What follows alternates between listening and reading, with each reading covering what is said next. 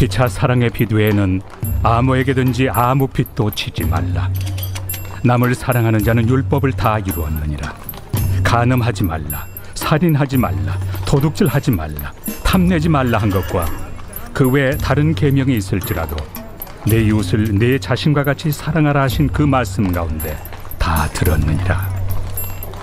사랑은 이웃에게 악을 행하지 아니하나니 그러므로 사랑은 율법의 완성이니라.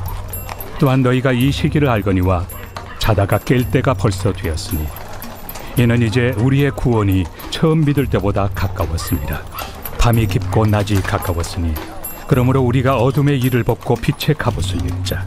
낮에와 같이 단정히 행하고 방탕하거나 술 취하지 말며 음란하거나 호색하지 말며 다투거나 시기하지 말고 오직 주 예수 그리스도로 옷 입고 정욕을 위하여 육신의 일을 도모하지 말라. 안녕하세요. 행복한 아침 묵상에 오신 성도님들을 환영하고 축복합니다. 사랑하는 성도 여러분, 우리가 살아가면서 늘 마음을 무겁게 하는 것이 있습니다. 바로 빚입니다. 경제적인 빚을 지면 늘 불안하죠. 갚아야 할 날짜가 다가오면 다가올수록 마음은 조급해지고 또 누군가에게 도움을 받았을 때 그 은혜를 갚지 못하면 그것도 마음의 부담이 되기도 합니다. 그래서 사람들은 빚을 지지 않으려고 하고 혹 빚을 지게 되면 어떻게든 빨리 갚으려고 애를 씁니다. 그런데 오늘 말씀에서도 빚에 대해 말하고 있는데 바울은 아주 특별한 빚에 대해 이야기합니다. 바로 사랑의 빚입니다. 본문 8절의 말씀입니다. 피차 사랑의 빚 외에는 아무에게든지 아무 빚도 지지 말라. 남을 사랑하는 자는 율법을 다 이루었느니라. 아멘. 즉 돈은 갚으면 끝이 나지만 사랑의 빚은 평생 갚아도 다 갚을 수 없는 빚이라는 것입니다. 왜냐하면 우리는 이미 예수 그리스도의 십자가 사랑으로 도저히 다 갚을 수 없는 은혜를 받았기 때문입니다. 그 사랑은 계산할 수도 다 갚을 수도 없는 엄청난 빚인 것이죠. 그래서 우리는 늘 사랑의 빚진 자로 살아가야 하는 것입니다. 그런데 바울은 여기서 멈추지 않고 한 걸음 더 나아가 이제는 자다가 깰 때라고 말하고 있습니다. 사랑을 갚는 것도 중요하지만 동시에 영적으로 깨어서 빛으로 살아가야 한다는 것입니다. 그래서 오늘 본문은 우리에게 이렇게 도전합니다. 사랑의 빚을 지고 살아라 라고 말입니다. 오늘 본문 8절에서 10절의 말씀입니다. 피차 사랑의 빚 외에는 아무에게든지 아무 빚도 지지 말라. 남을 사랑하는 자는 율법을 다 이루었느니라. 간음하지 말라, 살인하지 말라, 도둑질하지 말라, 탐내지 말라 한 것과 그 외에 다른 계명이 있을지라도 내 이웃을 내 자신과 같이 사랑하라 하신 그 말씀 가운데 다 들었느니라. 사랑은 이웃에게 악을 행하지 아니하나니 그러므로 사랑은 율법의 완성이니라. 바울은 모든 계명을 한마디로 정리합니다. 내 이웃을 내 자신과 같이 사랑하라. 율법의 핵심은 사랑입니다. 남을 미워하지 않고 시기하지 않고 다투지 않고 오히려 섬기고 이해하고 용서하는 것, 그것이 곧 율법을 완성하는 길입니다. 사랑은 단순한 감정이 아니라 빚처럼 반드시 갚아야 할 책임인 것이죠. 우리는 예수님께 이미 큰 사랑의 빚을 졌습니다.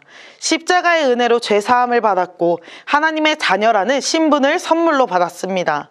그렇게 우리는 내가 얼마나 사랑을 받았는가에 머무르는 것이 아니라 오늘 나는 누구에게 사랑의 빚을 갚을 것인가 고민해야 합니다. 부모님에게 효도하는 것도, 이웃에게 친절을 베푸는 것도, 서로 미워하지 않고 용서하는 것도 모두 사랑의 빚을 갚는 삶입니다. 그러므로 오늘 하루 가정에서 가족에게 사랑의 말을, 일터에서는 정직과 성실로, 교회에서는 서로를 세워주는 말과 기도로 사랑을 갚아봅시다. 사랑은 선택이 아니라 빚진 자의 의무입니다. 그런데 사랑만 하면 되는 것일까요? 그렇지 않습니다. 사람은 영적으로 깨어있지 않으면 쉽게 식어버립니다. 기도하지 않으면 자기 중심적인 사람이 되고 말씀에 깨어있지 않으면 지쳐버리곤 합니다. 그래서 바울은 이어서 이렇게 말합니다. 사랑을 갚는 자는 동시에 깨어있어야 한다고 말입니다. 본문 11절의 말씀입니다. 또한 너희가 이 시기를 알거니와 자다가 깰 때가 벌써 되었으니 이는 이제 우리의 구원이 처음 믿을 때보다 가까웠음이라. 우리는 종종 신앙생활을 하면서 영적으로 잠이 들곤 합니다. 기도를 미루고 말씀을 핑계대며 놓치고 예배를 습관적으로 드릴 때가 있습니다. 그러나 주님은 우리를 깨우십니다. 주님이 오실 때가 가까운 지금 우리는 더욱 깨어 있어야 합니다. 12절 말씀에 밤이 깊고 낮이 가까웠으니 그러므로 우리가 어둠의 일을 벗고 빛의 갑옷을 입자. 빛의 갑옷을 입는다는 것은 두 가지 의미가 있습니다. 먼저 첫 번째는 어두운 죄악의 습관을 벗으라는 것입니다. 이는 우리가 알게 모르게 짓는 방탕, 음란, 다툼, 시기에서 떠나라고 말하는 것이죠. 두 번째는 빛의 무기를 입으라는 것입니다. 우리가 삶을 살아갈 때 죄의 유혹을 이겨낼 수 있도록 정직, 거룩, 사랑, 순종으로 무장하라고 말을 합니다. 그리고 바울은 마지막으로 이렇게 정리하고 있습니다. 본문 14절 말씀입니다. 오직 주 예수 그리스도로 옷 입고 정욕을 위하여 육신의 일을 도모하지 말라. 우리는 매일매일 옷을 입습니다. 어제 입었다고 오늘 안 입지는 않습니다. 예수님으로 옷 입는 것도 마찬가지입니다. 매일 아침 새롭게 예수님으로 옷 입어야 합니다.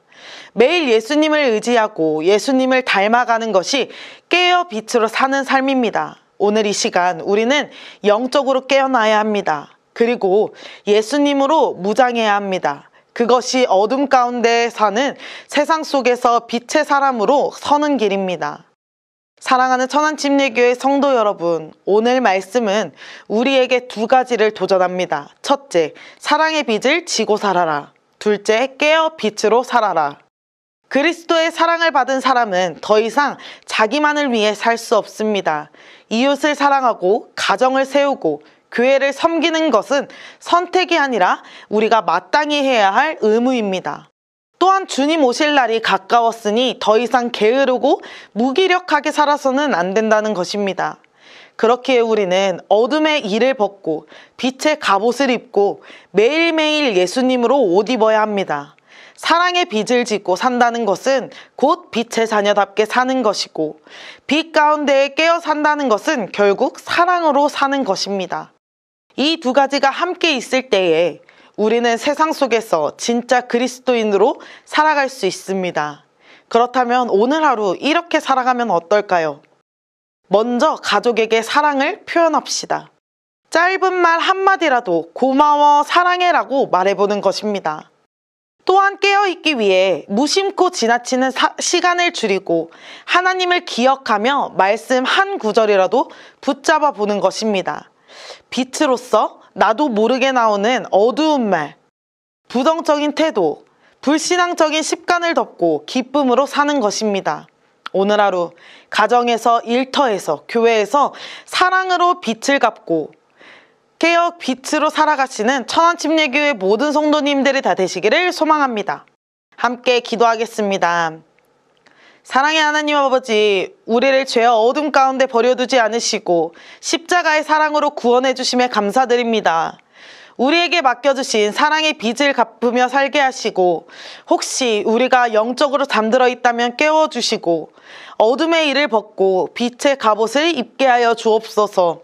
주 예수 그리스도로 옷 입어 오늘 하루를 승리하게 하여 주시고 만나는 모든 이들에게 주님의 사랑과 빛을 드러나게 하여 주옵소서. 감사드리며 예수 그리스도의 이름으로 기도드립니다. 아멘. 하나님의 빛 앞에서, 그 투명한 빛 앞에서 그